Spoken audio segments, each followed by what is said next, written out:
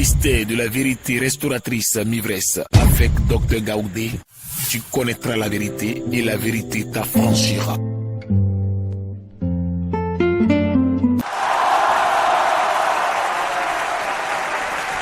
Bien. Je te parlais d'une clôture. Regarde cette boîte que j'ai en main. Toi qui suis la vidéo, c'est une boîte tirée d'une boîte d'allumettes. Voilà, c'est une boîte. Cette boîte a 4 côtés. Et ce côté, le côté qui est vers moi que je te présente, c'est écrit dessus le comportement. Et l'autre côté ici, c'est écrit les émotions et les sentiments. Les émotions et les sentiments. Le comportement ici. Et ici, c'est écrit la connaissance. Et l'autre côté ici, c'est écrit la volonté. Donc, voilà les 4 murs qui nous entourent en tant qu'hommes, vivant sur la terre des hommes. Voilà les 4 murs qui nous entourent. Et dans ces murs-là, nous y sommes. Je te donne un exemple. Dans ce mur, regarde ce qui est dedans. Il y a un billet de 5 000 francs qui est dans ce mur. Et ce billet-là, il est gardé dans ce mur. Ce billet de 5 000 francs CFA, le voilà très bien. Tu le regardes très bien. Et ce billet-là, il est dans ce mur protecteur. Il est gardé dans ce mur-là. Et autour de ce mur-là, autour de ce billet, il y a le comportement. Autour, il y a la volonté. Il y a la connaissance. Il y a les émotions et les sentiments. Et donc, voilà les 4 murs qui sont autour. Josué et son peuple a fait le tour de ces 4 murs-là. Amen. Alors, nous allons rentrer dans les détails de cet enseignement. En partant de ce premier mur, le comportement. Le comportement. Et nous rentrons donc dans la connaissance de la maîtrise de soi. Que tu sois enfant, vieux ou pas, vivant sur la terre, il y a quelque chose que tu dois avoir, la maîtrise de soi. Amen. En nous parlant du comportement. Comment te comportes-tu? Il y a un billet dedans. Comment les gens savent qu'il y a l'argent dedans? Comment ils vont se comporter? Comment ils se comportent? C'est que dans la pièce, il y a beaucoup d'argent. Comment te comportes-tu? Ton comportement peut ouvrir ou fermer la porte à tes ennemis qui te cherchent depuis longtemps. Tes ennemis te cherchent depuis longtemps. Alors ton comportement peut ouvrir ou fermer la porte à ces ennemis-là. Amen. Et pourquoi ils te cherchent? Ils veulent te détruire. Mais ton comportement va les arranger. Ton comportement peut les empêcher. Ton mauvais comportement les arrange. Le mauvais comportement les arrange. Pourquoi? Parce qu'il leur ouvre la porte grandement. Et il va ouvrir grandement des trous dans ta clôture de protection, dans ta vie. C'est-à-dire, ce comportement-là se casse. Et donc, ils ont la possibilité de passer maintenant. Et ils vont agir dans ton comportement en tant que croyant. Pourquoi? Parce que ta clôture est comme un carré. Et donc, c'est ce premier mur-là, ils vont tenter d'atteindre. Et le mauvais comportement est un passage. C'est un passage, c'est un trou par le diable pour t'atteindre, pour entrer dans ta vie. Pour t'agresser, bagarre, les impolitesses, les bagarres, les colères, ton comportement. C'est toi qui ne pardonnes pas, c'est toi qui connais trop. Voilà. Donc, ils vont agir sur le comportement pour accélérer, pour booster ton comportement, pour que les choses se gâtent dans ta vie. Au dehors, tu te fâches. Et tu insultes quelqu'un qui, lui, tu ne sais pas qu'il a un couteau. Il va te piquer dans le cœur. Et le diable veut ça. Ça, c'est ton comportement qui va provoquer ça. Amen. Allons dans Ézéchiel 8. Ézéchiel va nous parler. Allons dans Ézéchiel 8. Le prophète Ézéchiel, il va nous parler. Ézéchiel 8. Allons dans Ézéchiel 8. Dans la Bible. Il dit quoi? Dans Ézéchiel 8, au verset 6 Écoutons la parole de Dieu. Et il me dit, l'Éternel dit à Ézéchiel, il dit quoi? fils de l'homme, Fils de l'homme, enfant de quelqu'un. vois-tu ce qu'ils font? Les grandes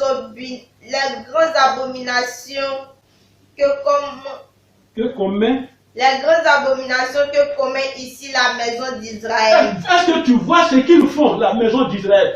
Est-ce que tu vois ce qu'ils font dans cette maison, dans cette famille-là? Les abominations qui y sont, est-ce que tu connais? Toi qui as pour ami cette famille, c'est bon. Mais est-ce que tu sais ce qu'ils font? Est-ce que tu sais ce qui est dans ce village-là? Est-ce que tu connais les abominations qui sont dans ce village-là? Et tu dis quoi? Pour que je m'éloigne de mon sanctuaire. Est-ce que tu sais ce qu'ils font qui fait que je vais m'éloigner de toi? Est-ce que tu sais que ton comportement sur lequel les gens sont en train d'agir, c'est pour que je m'éloigne de toi et leur permettre de casser la clôture du comportement, la clôture là qui est ton comportement pour casser. Je m'éloigne et quand je m'éloigne, ils vont t'atteindre, ils vont te détruire. Est-ce que tu sais ça? Mais tu verras encore d'autres grandes abominations. Tu verras encore d'autres choses. Nous parlons de comportement. Tu vas voir les autres, les 3 jours tout de suite. Tu vas les voir. Il dit, alors il me dit. Il dit, alors il me conduit à l'entrée du parvis. Il dit, comme tu as vu, tu vas te conduire, Ézéchiel. Il a conduit à l'entrée du parvis, c'est-à-dire, et il dit, regarde. Je regardais et voici. Et qu'est-ce qu'il voit? Et voici, il y avait un trou dans le mur. Qui a fait ce trou? Nous voyons nos murs. Quand on voit, c'est bien peint, bien dessiné. Mais spirituellement, si nous ne sommes pas posés, la maison n'est pas posée spirituellement, il y a un trou. Mais toi, tu ne vois pas. Mais l'Éternel dit, regarde très bien ton mur. Toi qui m'écoutes, si tu es spirituellement posé, amuse-toi à fixer ton mur sans penser à autre chose. Tu vas voir qu'il y a une entrée, il y a une vraie porte spirituelle qui est là. Et tu vas prier pour que cette porte soit fermée. Il dit, il a vu un trou. Il y avait un trou. Et il me dit, fils de l'homme, perce la muraille. Casse la muraille. Voilà. Je perçais la muraille. Il perce la muraille. Donc, c'est pourquoi il faut regarder très bien. Tu es dans ta chambre, observe bien tes 4 murs. Spirituellement, il va passer à quelque chose. Observe bien. Tu vas voir qu'en plus de la fenêtre, il y a une porte quelque part là. Et voici, il y avait une porte. Et voilà, il dit, voici, il y avait une porte. Et il me dit, entre voir les méchantes abominations. Et puis maintenant que tu vois la porte, maintenant que tu vois le trou, c'est un esprit qui parle. Entre maintenant en esprit. Entre, tu vas voir là-bas. Et puis il entre. Qu'ils commettent ici. Il me dit, entre et voit les méchantes abominations qu'ils commettent ici. J'entrais.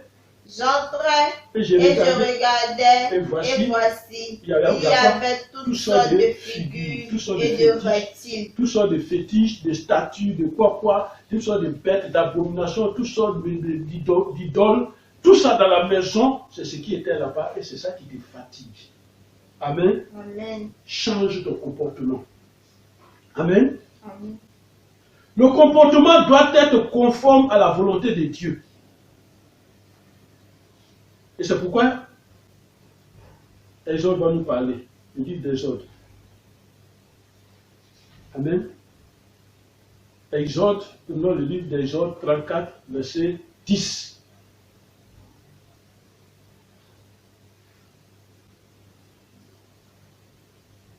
Amen. Amen.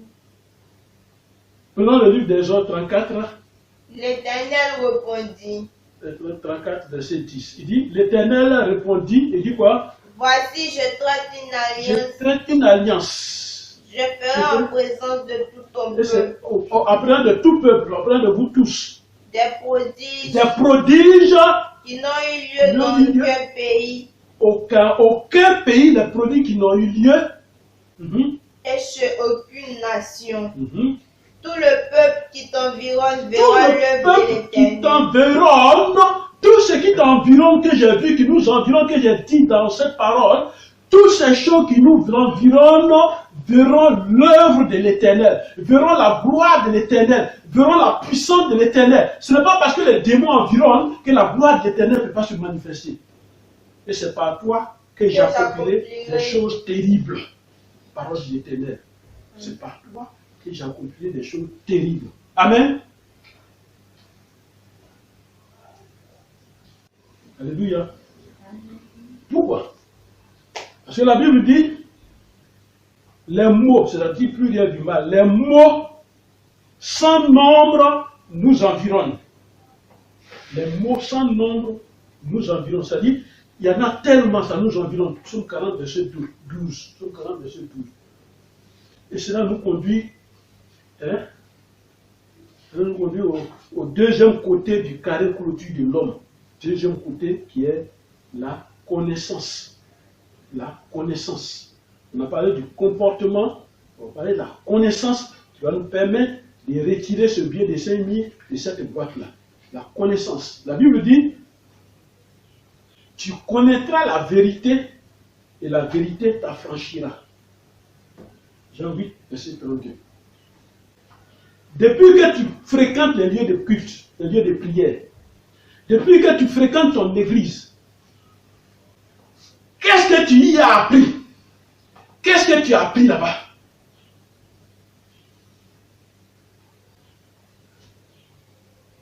Quand on n'a pas la connaissance, on est ignorant.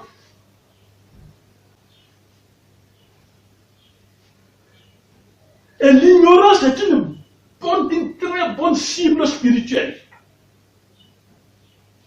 Tu es ignorant. Et puis tu crois que Jésus est avec toi. Tu n'as aucune connaissance. Je ne suis pas en train de te parler de la connaissance du monde. La connaissance du monde ne peut rien dans le monde spirituel. C'est-à-dire, je suis agrégé de 10 000 doctorats. Ça ne peut rien dans le monde spirituel. C'est juste bon pour nous rendre service sur la terre. Pas pour nous physiquement. L'ignorance, c'est très bon ce diplôme, c'est très bon. Mais il y a une ignorance spirituelle qu'on appelle ignorance spirituelle qui est très dangereuse. On peut te mentir spirituellement, on peut te mentir, mais tu ne sais pas qu'on te ment. On peut te conduire dans des erreurs. L'ignorant est prisonnier des révélations et des prophéties. Prisonnier des révélations et des prophéties. Parce qu'il ne connaît pas. Et cette ignorance conduit à la dépendance. La dépendance d'un homme. La dépendance, ça y est, le cercle de dépendance. Toi, tu dépends de quelqu'un. Voilà. Ton ignorance te pousse à dépendre d'un fétiche. Donc, la notice de ce fétiche, la volonté de ce fétiche, c'est ça qui te guide. La montagne, la rivière, c'est ça. Le masque, c'est ça. La dépendance, c'est là. C'est quoi la Bible dit dans Osée 4, verset 6, que tu connais mon peuple périt, faute de connaissance. Quand tu n'as pas la connaissance, tu te détruis. Quand tu n'as pas la connaissance, tu te tues. Quand tu n'as pas la connaissance, tu t'appauvris. Quand tu n'as pas la connaissance, tu te mets dans la souffrance. Quand tu n'as pas la connaissance, tu te mets dans un désert. Et tu n'as plus de contrôle de ton argent. Tu n'as plus le contrôle de ton foyer. Tu n'as plus le contrôle de ton emploi. Tu n'as plus le contrôle de ta volonté. Parce qu'il n'y a pas la connaissance. Et ce mur protecteur est détruit. Voilà, ce mur-là qu'on appelle la connaissance. Ce mur protecteur est détruit, c'est-à-dire il est cassé comme ça. Et puis l'accès est facile. Et ce mur protecteur est donc détruit. Et tu deviens une balle au vent. Un ballon qu'on gonfle comme ça à la bouche. Voilà. Et ça va où le vent mène. Et tu deviens une balle au vent. Et la connaissance du monde ne suffit pas. Amen. Cherche aussi la connaissance dans la parole de Dieu. Et c'est cette connaissance-là qui peut t'arranger, qui peut te protéger et te rendre maître de toi-même. Alors, écoutons cet exemple tiré de la Bible. Si une révélation te dit, tu vas mourir, suis-moi très bien. La révélation te dit, tu vas mourir. C'est normal parce que Dieu l'a vu. Mais toi, comment gères-tu cette parole de Dieu? Cette parole-là, comment tu la gères? Allons dans le psaume 13, verset 4. Regardez, c'est que le psaume 13, verset 4 nous dit. Psaume 13, verset 4 nous dit quoi? Psaume 13, verset 4 nous dit, écoutons la parole de Dieu. Il dit, regarde, réponds-moi, Éternel, mon Dieu. Donne à mes yeux la clarté afin que je ne m'endorme pas du sommeil de la mort. Ouvre mes yeux. Les yeux que nous avons, que tu as, ça sont les yeux physiques. Mais demande à l'Éternel de donner la clarté à tes yeux. Là, quand une situation va se présenter, tu sais déjà de quoi il s'agit. Parce que si tu n'as pas la clarté dans tes yeux, qu'est-ce qui va se passer? Tu vas t'endormir du sommeil de la mort et on va te détruire. Allons dans le psaume 16. Ce que la parole de Dieu nous dit. Psaume 16 au verset 10. Écoutons la parole de Dieu. Il dit car tu ne livres pas mon âme au séjour des morts et tu ne permettras pas que ton bien-aimé voie la corruption. Il ne faut pas livrer mon âme au séjour des morts. Tu ne permettras pas que ton bien-aimé, que je pourrisse, qu'on me détruise. Tu ne permettras pas que j'arrive à ce niveau-là. Amen. Et Psaume 23, verset 4 va te dire, quand je marche dans la vallée de l'ombre de la mort, je ne crains aucun mal. Alors quand on te dit, tu vas mourir, tu dis, quand je marche dans la vallée de l'ombre de la mort, je ne crains aucun mal. Voilà comment on connaît, voilà comment on acquiert la connaissance pour être maître de lui-même, de soi-même. Amen. Si une prophétie te dit que tu ne te marieras pas, parce que l'ennemi a tout bloqué. Une prophétie te dit ça. Ce sont des exemples que je donne. Toi-même, réfugie-toi dans la parole, dans cette parole qui est la Bible. Réfugie-toi. Qu'est-ce que la Bible t'a donné à l'église que tu fréquentes? Qu'est-ce que la Bible t'a dit? Il n'est pas bon que l'homme soit seul. Je suis une aide de quelqu'un. Nous nous rencontrerons un jour. Selon Jésus-Christ, nous nous rencontrerons un jour. Il ne faut pas accepter ce genre de choses. Ce sont ces paroles-là que tu dois avoir. Tu dois te dire, lui et moi quitterons nos pères et nos mères pour nous attacher et former une seule chair. Il faut que tu arrives à ce niveau de conviction. Dis, tu vas manquer ça, l'Éternel est mon berger, je ne manquerai de rien.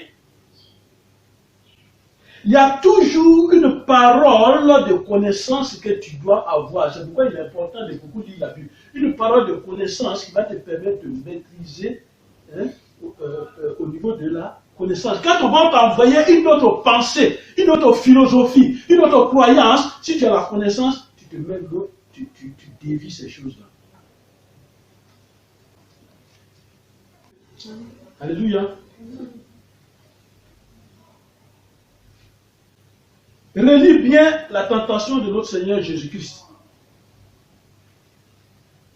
C'est la parole qui était son âme. La parole, c'est ça qui était l'âme de Jésus-Christ dans sa tentation. Quand Satan parle, il parle. Cherche la vérité dans la connaissance biblique pour ne pas suivre les mensonges du monde. Amen. Pourquoi? Regarde ce que Satan dit à Jésus. Il dit, regarde tout ce royaume-là. Je te le donne si tu te prosternes à mon pied. Mais de toi à moi. Si c'est à toi que Satan disait, regarde toute la capitale, regarde tout ton pays là. Tu seras président si tu te mets à genoux devant moi. Tu seras président de la République. Moi, je vais te faire de toi président. Tout de suite, tu vas te mettre à genoux, tu vas adorer Satan. Mais Jésus a refusé. Parce que Jésus avait la connaissance. Et la connaissance a fait qu'il avait la maîtrise de soi. On ne peut pas venir me mentir, alors que pendant que quelqu'un parle, le niveau spirituel que j'ai atteint actuellement, n'importe qui, bébé, vieux, tout le monde, quelqu'un me parle, je sais déjà ce qui est derrière. Amen. Alors le troisième côté du carré qui protège l'homme, on a parlé des émotions et des sentiments. Comment gères-tu tes émotions et tes sentiments? Toi qui m'écoutes. Comment gères-tu tes peurs et tes joies? Tes plaisirs, comment tu les gères? Beaucoup ne maîtrisent pas leurs émotions et deviennent désagréables dans des situations difficiles. Ne maîtrisent pas leurs émotions. Ne maîtrisent même pas leurs sentiments. Et quand viennent les situations difficiles, elles sont désagréables. Comme si le ciel va tomber sur les têtes. Comme si le monde va s'arrêter. Jésus dit, ne vous souciez pas du lendemain. Le lendemain prendra soin de lui-même. Les émotions et les sentiments peuvent nous conduit à la guerre. Nos émotions sont involontaires. Amen. C'est ça qui fait que on t'insulte tout de suite, allez. Nos émotions sont involontaires. Et c'est une réaction affective et subite. C'est une réaction temporaire et involontaire, souvent. Et souvent accompagnée de manifestations physiques. Beaucoup se battent, même dans des églises, ils se battent. Tellement il aime le pasteur, tu as dit mal du pasteur, il va se battre. On a dit mal de celui qui a établi l'église, on va se battre. On ne se bat pas pour Jésus, hein, mais on se bat. On se bat dans les églises, on divise les églises. On insulte facilement son semblable pour rien. Et on se met en colère sans se contrôler.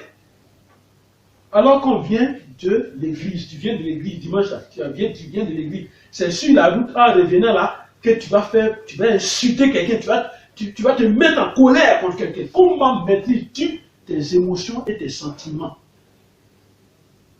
La maîtrise de soi est une domination personnelle. C'est une domination, une éducation de domination que toi-même tu vas te donner. Amen. Allons dans le livre de Matthieu, la Bible va nous parler. La Bible va nous parler dans le livre de Matthieu. Dans le livre de Matthieu, la Bible va nous parler. Matthieu 7, verset 1. Il dit, ne jugez point, écoutez-moi très bien, vous donner ce conseil-là. Ne jugez point afin que vous ne soyez point jugés. Voilà, c'est toi qui es juge, alors que tu n'as fait aucune étude des choses. Tu n'es pas juge, tu n'as pas appris ça même. Tu n'es pas juge, tu n'es pas avocat. Et puis c'est toi qui juges les gens. Et pourtant, toi-même tu ne te connais même pas, tu juges les gens. Et ton jugement est faux. Ça provoque des histoires. Il dit, car on vous jugera du jugement dont vous jugez. Et l'homme vous mesurera avec la mesure dont vous mesurez. C'est toi qui connais que lui, là, il est comme ça, il est comme ça, il est comme ça, il est mauvais, il est ceci, il est cela. Et quand lui va attendre ça, ça va devenir des histoires. C'est toi. Mais où est ta sagesse? Où est la maîtrise de soi? Il dit, pourquoi vois-tu la paille qui est dans l'œil de ton frère et n'aperçois-tu pas la poutre qui est dans ton œil? Toi, tu vois une paille, un petit objet, hein, dans l'œil de quelqu'un, mais pourtant, quand il y a un gros bois dans ton œil, tu ne vois pas ça. Ou comment veux-tu dire à ton frère, laisse-moi ôter une paille de ton œil, toi qui as une poutre dans le tien. Amen. Amen. Amen. Alors il dit hypocrite.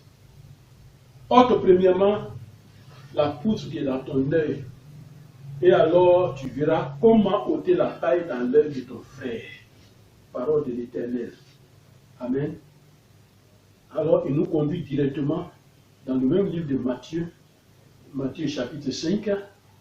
La parole de Dieu nous dit, au verset 38, la parole de Dieu nous dit, ce sont des conseils de l'Éternel de Jésus maintenant. Vous avez appris qu'il a été dit œil pour œil, dent pour dent. Voilà, celui qui ne se maîtrise pas là. On l'insulte net, il enlève chemise, on va se battre. Voilà, œil pour œil, dent pour dent. Pourtant, il est un serviteur de Dieu. Pourtant, il est un chrétien. Il dit, je suis à l'église. Je suis baptisé, confirmé. Et j'ai combien d'années d'église? Voilà. Vous avez appris qu'il a été dit pour œil pour œil, dent pour dent. Mais moi, Jésus, je vous dis, continue. Je vous dis de ne pas résister aux méchants. Voilà, il ne faut pas résister aux méchants. Si quelqu'un te frappe sur la joue droite, présente-lui aussi l'autre. L'autre joue, si tu te frappes là, donne l'autre. Non, ce n'est pas une manière de dire, en ville, il me gifle, il dit, bon, il faut gifler encore. Non, non, ce n'est pas ça. C'est-à-dire, il ne faut pas résister, il ne faut pas répliquer. Voilà, il faut quitter, il faut laisser. Amen. Et puis il dit au verset 40, si l'on veut plaider contre toi, et prendre ta tunique, laisse encore ton manteau. Laisse ton manteau. Si quelqu'un te force à faire 1000, fais-en 2000. Pourquoi? L'ennemi veut ouvrir ton mur protecteur. On est en train de parler du mur émotion, sentiment. L'ennemi, c'est son rôle, ça. Il veut ouvrir ton mur protecteur. Il veut te rendre désagréable devant Dieu. Et ce sont des provocations spirituelles. Ne répondez pas. Un jour, je suis monté dans un taxi. Et avant de monter dans ce taxi, à la gare du taxi, j'ai bien dit, j'ai 500 francs. Le transport, c'est 300. J'ai 500, il n'y a pas de monnaie. Et ils m'ont dit de monter dans l'autre taxi. Il est bien au courant. Je monte dans le taxi. Amen. Je monte dans le taxi. Arrivé à destination, le chauffeur, j'ai dit, toi les 500, il pique une colère, alors une colère de bagarre avec des paroles méchantes. Pourquoi tu ne m'as pas dit que tu as 500, tu n'as pas de monnaie? Pourquoi tu te dis où tu veux de monnaie ici là? Quand il a fait tout son cinéma, il a été désagréable. Il m'a prononcé des paroles. Quelqu'un que je peux montrer au monde. Il a prononcé des paroles. Je lui ai dit, tiens, le 500, il faut partir avec ça. Bêtement, sans réfléchir, il ne sait pas qui s'est attiré une malédiction. Il a pris les 500, il a démarré, il est parti. Il dit, prends les 500, attends.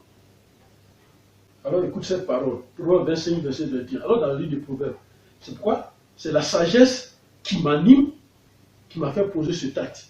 Mais lui, il ne sait pas ce que cet acte que j'ai posé est pour lui.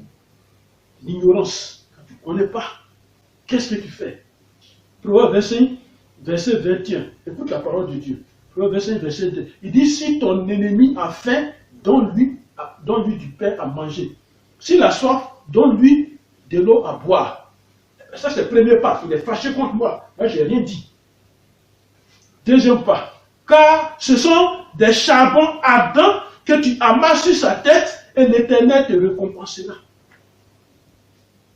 Parole de l'Éternel. Il faut connaître ces choses pour avoir cette maîtrise. Je pourrais répliquer quand il a dit. Je pourrais répliquer et puis on va se battre. Mais je connais la parole de la sagesse. Il dit, tiens les 500, il faut prendre tout, il faut partir. Il pensait qu'il était fort, mais c'est dangereux pour lui. Et c'est une malédiction financière qu'il a reçue, sans le savoir. L'argent que tu reçois, et il n'y a pas de joie derrière, c'est une malédiction financière que tu reçois. C'est pourquoi Isaïe 26, verset 3 dit, à celui qui est ferme dans ses sentiments, tu assures la paix. Paix, parce qu'il se confie en toi. Parole de l'Éternel. Alléluia. Amen. Alors, allons dans le livre de Romains, Romains 12, on voit la parole de Dieu. Parce que j'ai dit, pour avoir la maîtrise de soi, il faut la connaissance. Alors, si nous n'avons pas la connaissance, nous parcourons le livre de la connaissance. Romains chapitre 12. Romains chapitre 12, verset 3. La parole de Dieu nous dit quoi? Il dit, par la grâce qui m'a été donnée, je dis à chacun de vous de n'avoir pas de lui-même une trop honte opinion, mais de revêtir des sentiments modestes, selon la mesure de foi que Dieu a départie à chacun. Parole de l'Éternel. Il ne faut pas que nous ayons cette très très grande considération de nous-mêmes qui fait que, qui annule l'humilité même en nous-mêmes. Au verset 16, il dit quoi? Romains 12, verset 16, regardez la parole de Dieu. Au verset 16, la parole de Dieu nous dit, ayez les mêmes sentiments les uns envers les autres. N'aspirez pas à ce qui est élevé, mais laissez-vous attirer par ce qui est humble. Ne soyez point sage à vos propres yeux. Ce n'est pas toi-même qui vas dire je suis sage. Non, c'est les gens qui vont dire lui là, il est sage. C'est ça un homme de Dieu, c'est ça un berger. C'est ça un croyant.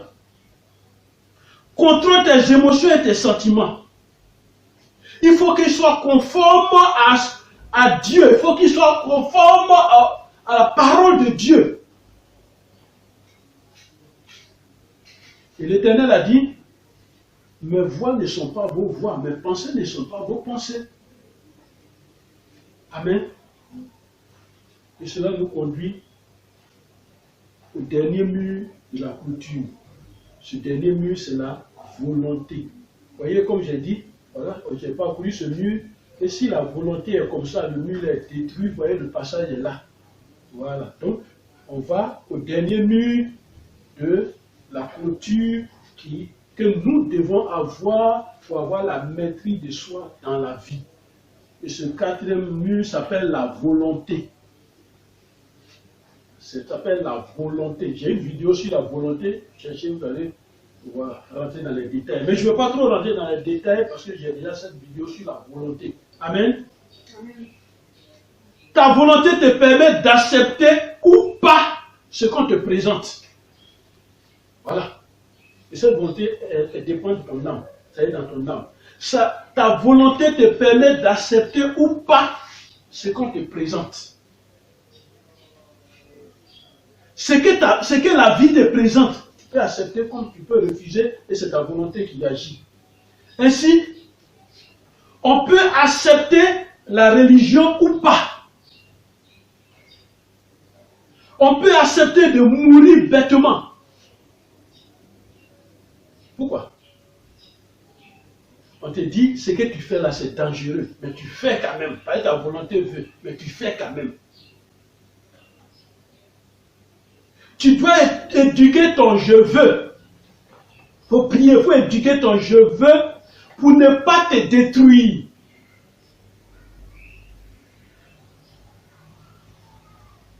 Ta volonté peut te conduire ou te détruire la vie.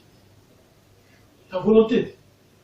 La volonté peut construire ou détruire la vie.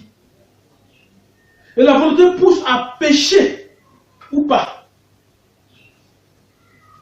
Alors écoute-moi très bien, c'est un exemple que je prends parmi tant d'autres exemples. Pour que toi tu comprennes l'exemple le plus facile. Tu as une femme ou un homme marié.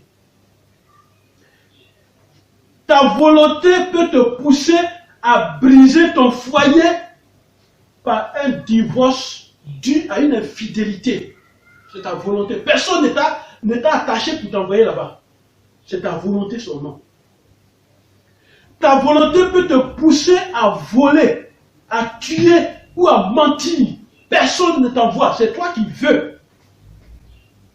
Alors quand la décision arrive, il ne faut pas pleurer, il ne faut pas te paniquer. C'est ta volonté qui t'a conduit là-bas, ton je veux. On va prendre la forme de quelqu'un, vous allez à l'hôtel, et ce quelqu'un a beaucoup courage, c'est un corps habillé, il a un pistolet sur lui.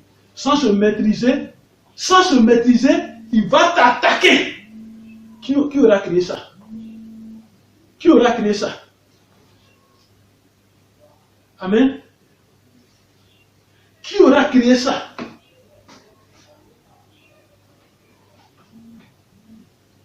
Amen. Alléluia. Ta volonté te dicte ce que tu dois faire. C'est comme ça nous sommes les hommes. Ce qu'on doit faire, c'est nos volontés qui nous dictent. Il faut aller tuer, et puis tu t'auras tué. C'est la raison pour laquelle Satan parle à nos volontés. Maîtrise ta volonté. Un exemple très simple pour comprendre le fonctionnement de ta volonté, de la volonté. Quand un homme drague une femme, qu'elle soit mariée ou pas, il attaque sa volonté. Il attaque la volonté de cette femme-là. Est-ce que vous me suivez? Qu'est-ce qu'il attaque? Il attaque la volonté de cette femme. Pourquoi? Il booste ou il incite sa volonté à accepter par des dons matériels, par de l'argent, par des surprises. Donc, il touche sa volonté.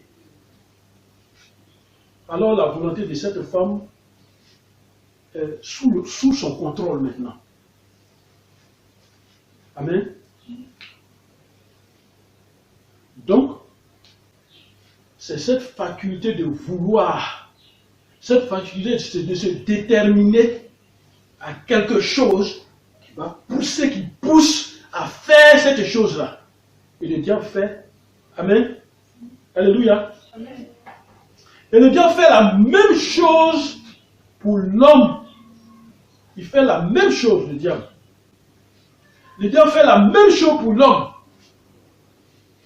Il séduit l'homme par le faux miracle, les fausses prophéties, les fausses révélations, l'argent magique, les prophéties de complaisance, parce qu'il veut toucher sa volonté. Et que si sa volonté est touchée, il va se déplacer. Parce que dans cette volonté, il y a la fermeté du caractère. Et quand tu décides, c'est dans la fermeté de ton caractère. Alléluia. Là, il y a la capacité à se faire obéir. La capacité à obéir. La disposition où l'on est pour quelqu'un. Le désir de bien faire.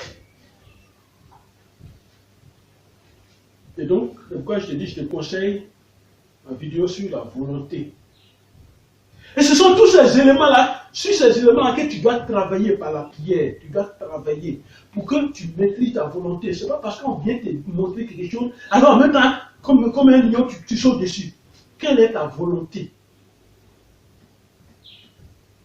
Vous savez, avant de guérir quelqu'un, regardez bien dans les évangiles. Avant de guérir quelqu'un, Jésus pose toujours une question. Que veux-tu que je fasse pour toi? Ou bien il dit, qu'il soit fait selon ta foi. C'est-à-dire selon ta volonté. Qu'il soit fait selon ce que tu veux. Amen. Parce que Dieu me reconnaît et il respecte nous-mêmes nos volontés. C'est pourquoi on est libre de faire ce qu'on veut. Il reconnaît nos volontés. Jésus pourrait dire, quelqu'un qui est malade, il dit, tu es guéri, fils. Mais il dit, que veux-tu que je fasse pour toi? Pourtant, il le voit qui est paralysé. Puis il dit, que veux-tu que je fasse pour toi? Okay. Le gars, il est paralysé, puis il vient devant toi. Tout le monde le voit, il est courbé comme ça. Il vient devant Jésus. Et puis Jésus demande, que veux-tu que je fasse pour toi? Le gars pourrait dire, Jésus, je veux l'argent. Il dit, bon, tiens l'argent. Voilà, c'est ce que lui veut qu'on peut faire. Alors prions pour la maîtrise de nos volontés. Amen. Amen. Prions pour la maîtrise de nos volontés.